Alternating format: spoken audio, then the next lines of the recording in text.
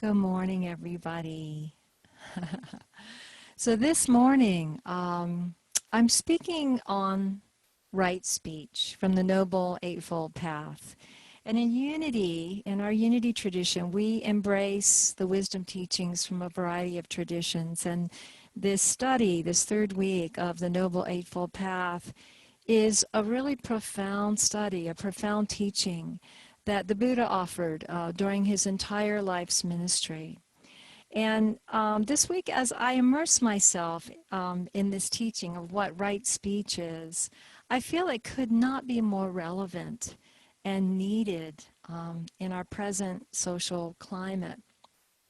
I saw a cartoon this week where a guy was sitting at a desk with this human rights lawyer, and the lawyer was telling his client, freedom of speech means you can say what you are thinking without thinking. You can say what you're thinking without thinking. And it's a great freedom to be able to speak freely in this country. I'm so grateful to live in a country where we can speak freely. Many, many countries, that's not possible. But it's important that we don't abuse this freedom and that we actually do think deeply about what we say and how it affects others. And also how we write, because, our speech, our writing is our written speech. I've noticed in more recent Facebook interactions between friends, that it seems like the exchanges have been a little more vitriolic, and people arguing about masks and arguing about the epidemic, and just their different views. And sometimes people really lack civility, and it saddens me because these times we're in, they're challenging enough, and we need hope is what we need. We need more reflections of understanding and versus people's darker tendencies. And so this teaching says we can share our views. We can share our views through how we speak, and at the same time, we can come from a place of respect. We can come from a place of response ability, the ability to respond with consciousness. So let me read you a description of Thich Nhat Hanh's describing right speech.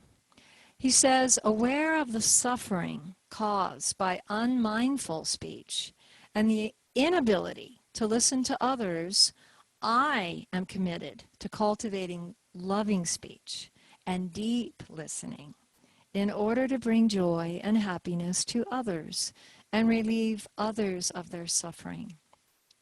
Knowing that words can create happiness or suffering, I'm determined to speak truthfully with words that inspire self-confidence, joy, and hope. Thich Nhat Hanh always talks about loving speech and deep listening. I think I've had every single one of his books. I lost most of them in the fire, but he always talks about loving speech and deep listening in every single book. It's so important for true communication to happen. I saw another funny cartoon, maybe not so funny, where an old married couple are sitting together in their chairs in the living room, and he's reading the paper, and he says to his wife, when you said we needed to talk, you didn't say I needed to listen. And, I think that's all too common. We don't really listen. We're already thinking about what we're going to say, or we just listen just enough to give a response that sounds like we listen. And sometimes it is hard to listen, when people are coming from a lack of skill, when people are expressing ignorance, and especially when their ignorance is paired with arrogance, it's hard to listen. And then if you throw in strong emotions on both sides, it can be really hard not to react in your response. But that moment when it's hard, is the moment for mindfulness, for a conscious breath, breathing in, breathing out, and for just stopping yourself from merging and becoming that same energy, and then reacting with that same energy. For me, most of the time, I'm pretty good at not reacting. I've worked hard on it throughout my life. I have awareness, I have control. But this week, I was really challenged when I was trying to help a person who I care deeply about in a situation where they were illegally, unwrongfully, or wrongfully evicted. And they had, they had paid the rent and they hadn't really done anything. It was just the landlord wanted their family to move in. So I had the conversation with the landlord, and after a few minutes of being lectured and not being allowed to speak, feeling almost bullied, I just found myself unwilling to listen any further. And, certainly there are times when the best choice is to end the communication if it's disrespectful, if it's violating our boundaries. I notice on Facebook people are unfriending people who are not respectful, and it is important that we have healthy boundaries. But I also believe we should do what we can to preserve friendships. And if there's willingness on both sides to be respectful, to become more skillful, in respectfully listening and respectfully speaking. Because those two things are the things that bridge the divides. They are the things that save friendships. And even if we have just a little bit of willingness, we can save a really valuable friendship. You might remember that beautiful poem by Rumi. I've always loved the poem. Beyond ideas of wrongdoing and right doing, there is a field. I'll meet you there. Beyond ideas of wrongdoing and right doing, there is a field. I'll meet you there. Being willing to listen to each other is a gateway into that open field. And sometimes agreeing to disagree, and let it be okay that our views about things differ, One of the reasons it's sometimes hard to listen to a different view is we mistake listening to the other as conceding, That was my experience talking to that landlord. They couldn't allow me to just simply speak, even to say one word, really, because I think they felt if they let me say a word, it would threaten their view. It was just too threatening to their view. But if we are clear in our own mind that listening doesn't mean agreement, we're more able to listen. We're more able to let them express. And we need to have a measure of peace in us to be able to do that, to be able to listen. Thich Nhat Hanh says, if you don't have the qualities of peace, stability, and freedom inside you, then no matter what you do, you can't help this world.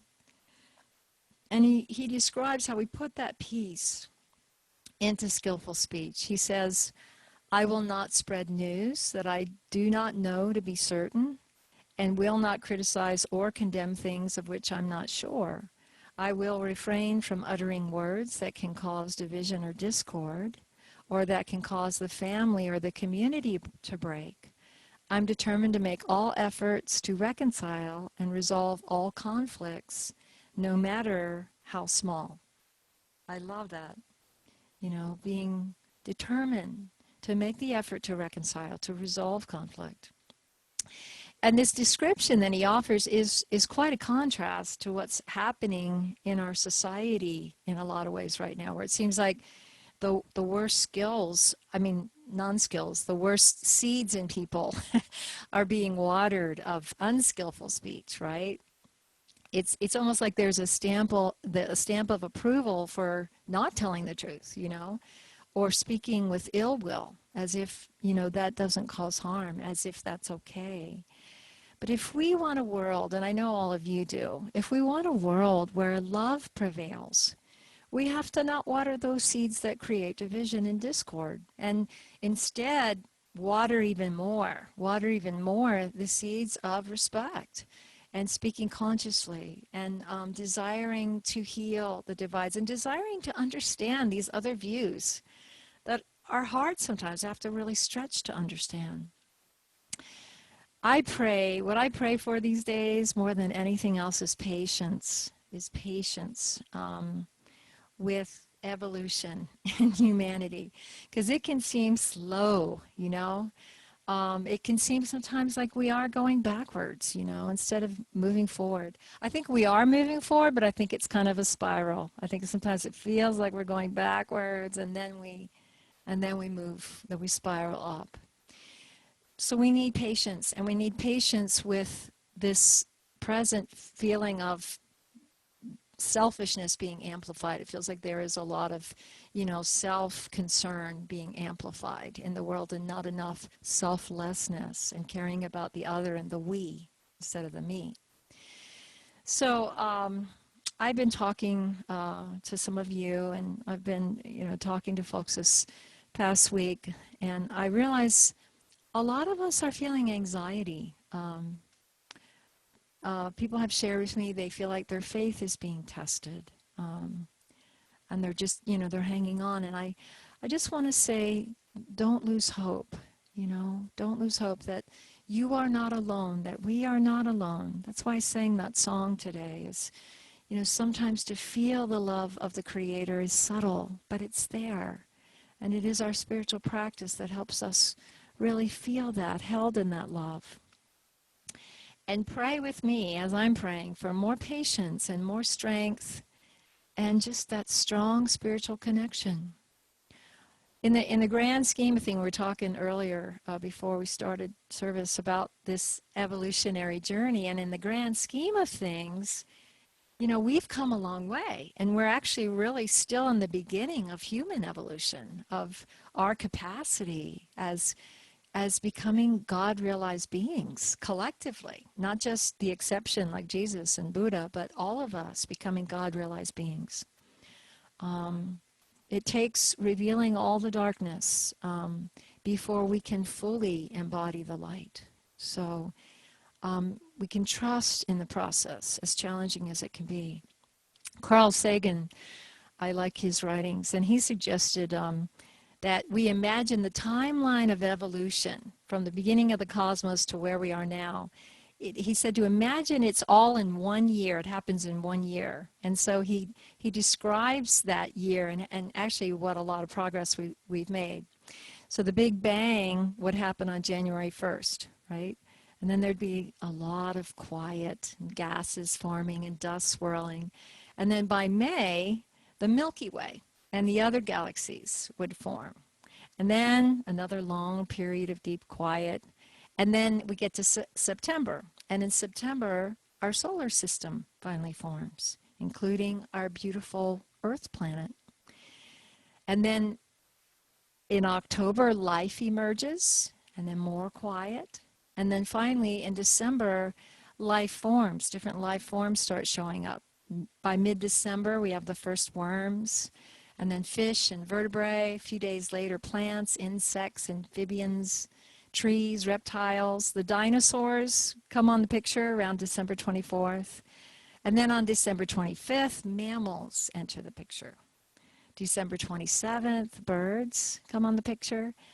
The 28th of December, dinosaurs become extinct. And then finally, on the very last day of this year, of this incredibly condensed year of time, our ancestors appear. And then the very last minutes of that very last day, the first Homo sapiens arrive. So Carl's point is that, you know, evolution can seem incredibly slow. It takes time. It takes a lot of time. It's taken so much time to get to where we are now. We've come so far. But people evolving now at the stage we're at takes time. And there's still a lot of fear. I feel like I think that's what divides a lot of our positions. You know, some folks are more fearful and they don't even know they are. And then other folks are less fearful and they're more inclusive, like we're one. Let's live as if we're one, right? So views take time to change, you know. Fears take time to overcome. Consciousness and self-awareness and self-realization, God-realization, takes time. So our ability to communicate skillfully in a way that expresses more understanding and love is so needed in this moment we're in right now. It's sorely lacking, and it is so needed in this moment we're in right now to heal the divides, to keep us sane, right, and keep us moving forward. So the Buddhist teaching of right speech includes 4 components: abstaining from false speech, in other words, not lying; abstaining from slanderous speech, not speaking ill about others; abstaining from harsh speech; and abstaining from idle chatter, gossip, for instance. A particular interest to me in this teaching on right speech is the importance of speaking truth and telling the truth and abstaining from false speech. Because false speech, not telling the truth, it causes distrust. It causes a lot of confusion. It causes a lot of suffering. And I found this beautiful story of how the Buddha was teaching his son, his young son Rahula, the importance of only speaking what is true. One day they were together, and the Buddha pointed to a bowl of a little bit of water. This bowl had just a little bit of water in it, and he asked his son, "Do you see this little bit of water left in this bowl?" And his son answered, "Yes, sir." "So little, Rahula, is the spiritual achievement of one who is not afraid to speak a deliberate lie." And then the Buddha threw the water away, put the bowl down, and said, "Do you see, Rahula, how that water has been discarded? In the same way, one who tells a deliberate lie discards whatever spiritual achievement he has made." And he concluded this teaching to his son saying, don't speak a deliberate lie, no matter how small. I just love this story. It's such an important story for this moment in time. You know, I, in my personal life, have worked really hard to tell the truth, to become more and more vigilant about not even little white lies, but to really tell the truth. And I actually find it painful when I see people that find it easy to lie. All the masters taught the importance of truth. Jesus, in John chapter 8, verse 32, he said, "And ye shall know the truth, and the truth shall set you free." You could infer from that statement that if the truth sets you free, then lies bind you. Lies are binding. They're limiting. In Hinduism, they describe God, they describe the absolute in 3 ways. They use 3 qualities: Sat, Chit, Ananda. Sat means truth. God is described as truth. In other words, God is truth itself. So if we do not speak the truth, how can we know God? If we can't even tell the truth, how could we ever know God, which is truth itself? So all 3 of these religions, Christianity and Buddhism and Hinduism, they all describe that we can't know God, we can't achieve enlightenment if we do not realize truth. And we cannot even begin to realize spiritual truth if we don't live our life telling the truth. The Buddhist monk Bhikkhu Bodhi puts it this way. He says, "Wisdom consists in the realization of truth. And truth is not a verbal proposition, but it's the nature of things as they are. To realize truth, our whole being has to be brought into accord with actuality, with things as they are, which requires that in communications with others, we respect things as they are by speaking the truth." So, truthful speech, it's more than an ethical principle. It's taking a stand on reality rather than illusion. You know, we swear on the Bible, right? We say, "I promise to tell the truth, the whole truth, and nothing but the truth. So help me God." So help us, God. Help us to tell the truth more. Help us to find the truth by telling the truth and discerning what is false. You know, our relationships and our society thrive with truth because truth creates mutual trust. To really trust someone, you have to know they're honest, right? They're truthful. But, you know, with false speech, with lie after lie, the truth is destroyed, right? And it creates suspicion, and society tumbles into chaos when we can't count on the truth, right? So let you and I, let this unity tribe, let everyone that is making an effort to be conscious, let us speak the truth, only what we know to be true, and share what we know to be true. So in closing, we can be the bringers of consciousness. We can bring consciousness to what is unconscious in our world. My teacher, Amma, always says, don't worry about the darkness. Don't worry about all the darkness in this world.